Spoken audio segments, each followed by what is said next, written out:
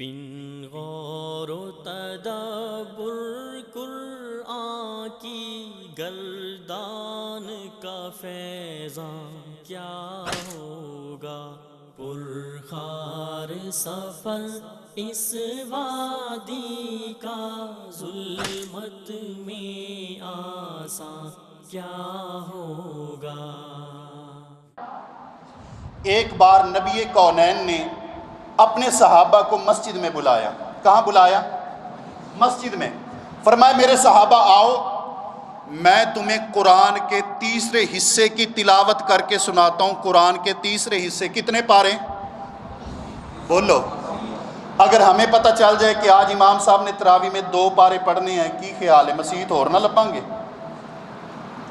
ڈھونڈیں گے بھی وہ جہاں اے سی بھی ٹھیک چل رہا ہو، امام کی سپیڈ بھی اچھی اور پڑھا بھی جلدی دے، ایسی مسجد۔ اور ایمان دیکھیں میرے نبی کے یاروں کا، جب پیغمبر نے کہا میں نے 10 پارے قرآن سنانا ہے، سارے صحابہ مسجد میں جمع ہو گئے، مسجد کھچا کھچ بھر گئی۔ کیا پروانے اور دیوانے تھے نبی کی زبان کے۔ صحابہ کو یہ تڑپ اور خوشی تھی کہ آج 10 پارے سنیں گے اور محمد الرسول اللہ کی زبان سے سنیں گے صلی اللہ علیہ وسلم۔ میرے پیغمبر آئے، آپ نے آ کر سورہ اخلاص پڑھی، قل هو اللہ احد اللہ الصمد لم یلد ولم یولد ولم یکن لہ کفوا احد، تلاوت کی، چلے گئے۔ کیا پڑھ کے چلے گئے؟ سورہ اخلاص پڑھ کے میرے پیغمبر چلے گئے، لیکن صحابہ نہیں گئے۔ صحابہ مسجد میں ہی بیٹھے ہیں، کیوں نہیں گئے؟ بھی اللہ کے نبی نے فرمایا ہے تیسرا حصہ قرآن کا سنانا ہے، اور اللہ کے نبی نے تو صرف ابھی سورہ اخلاص سنائیے، شاید دوبارہ آئیں اور 10 پارے قرآن سنائیں۔ میرے نبی صلی اللہ علیہ وآلہ وسلم دوبارہ تشریف لائے، اور آ کر امام کائنات نے جب صحابہ کے رش کو دیکھا، ہجوم کو دیکھا، صحابہ بیٹھے ہوئے دیکھا، فرمایا میرے صحابہ تم اس لیے بیٹھے ہو نا کہ میں نے کہا تھا کہ قرآن کا تیسرا حصہ سناؤں گا؟ اللہ کے نبی جی اسی لیے بیٹھے ہیں۔ فرمایا وہ تو میں نے سنا دیے، وہ تو میں نے سنا دیے۔ اللہ کے نبی کیسے؟ فرمایا سورہ اخلاص پڑھی ہے نا؟ جی اللہ کے نبی۔ فرمایا وَإِنَّهَا لَتَعْدِلُ ثُلُثَ الْقُرْآنِ، یہ سورہ اخلاص اکیلی ہی قرآن کے 10 پاروں کے برابر ہے۔ پڑھتے رہو گے نا انشاءاللہ۔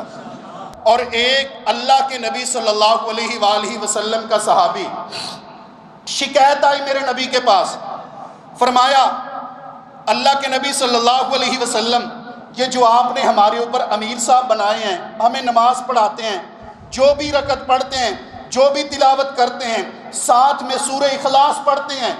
اللہ کے نبی ہم نے کہا ہے کہ بھائی یا صرف سورہ اخلاص پڑھ لیا کرو، اگر آپ کو اتنا ہی پیار ہے تو جو آپ نے پہلے سورت پڑھ دی ہوتی ہے وہ کافی ہوتی ہے، اور اگر آپ نے سورہ اخلاص لازمی پڑھنی ہے تو سورہ فاتحہ کے بعد صرف یہ پڑھ لیا کرو۔ ہمیں ان کی یہ لاجک سمجھ نہیں آتی اللہ کے نبی صلی اللہ علیہ وسلم۔ میرے پیغمبر نے بلوایا، فرمایا میرے صحابی ایسا کیوں کرتے ہو؟ فرمایا اللہ کے نبی مجھے سورہ اخلاص سے محبت ہے، رب کی تعریف سے محبت ہے، رب کی توصیف سے محبت ہے، رب کی توحید سے محبت ہے، رب کے تعارف سے محبت ہے، اس لیے میں ہر رکعت میں سورہ اخلاص پڑھتا ہوں۔ میرے نبی نے فرمایا اخبروہ ان اللہ یحبہ، اے میرے صحابہ اسے بتلا دو یہ رب کی توحید سے محبت کرتا ہے تو عرش والا رب اس سے محبت کرتا ہے۔ یہ سورہ اخلاص ہے۔ اور نبی کریم صلی اللہ علیہ وآلہ وسلم نے ایک تیسری فضیلت سورہ اخلاص کی۔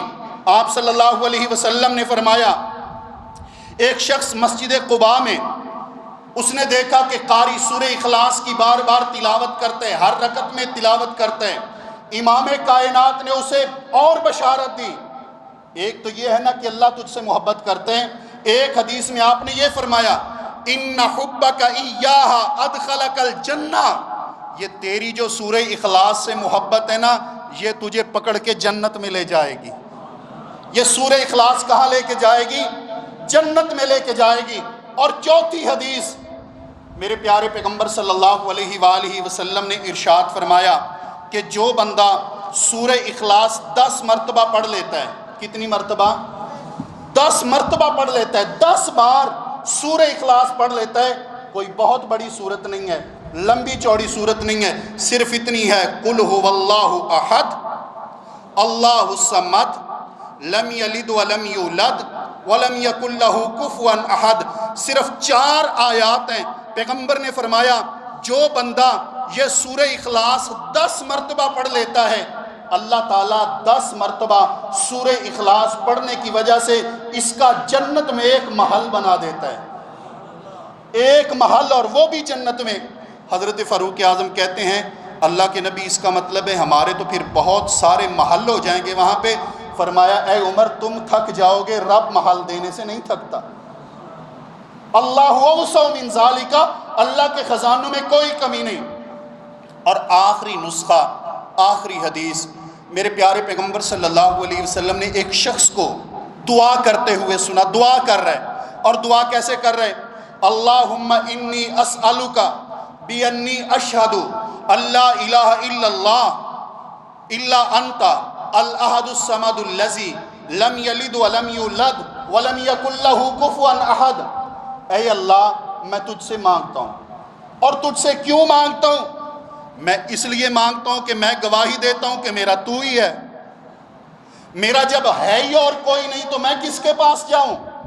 میرا صرف تو ہے، لہذا تجھ سے ہی مانگوں گا، اس لیے کہ میں گواہی دیتا ہوں اللہ الہ الا انت، کوئی معبود نہیں مگر تو، اور تو وہ ہے الاحد جو اکیلا ہے، الصمد جو بے نیاز ہے، الذی لم یلد ولم یولد جس کی نہ اولاد ہے، جس کا نہ ماں اور باپ ہے، ولم یکن لہ کفوا احد اور نہ ہی جس کے کوئی برابر ہے۔